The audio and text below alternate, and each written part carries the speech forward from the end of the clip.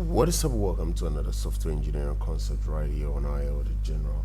So in this video we are going to look exactly what are Python's metaclasses. So metaclasses are one of Python's most powerful features, essentially a class of a class that defines how Python classes themselves actually behave. So by default, Python uses the built-in type metaclass, but you can create custom metaclasses to modify class behavior in sophisticated ways. So understanding them provides deeper insight into Python's object model. So how do metaclasses work?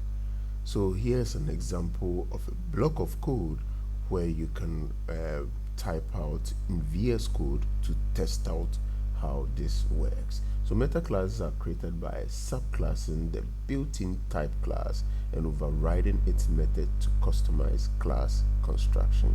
So metaclasses execute when classes are defined, not when instances are created, and this makes them valuable for frameworks, ORMs like Django, and API designs where you need to transform class behavior at definition time.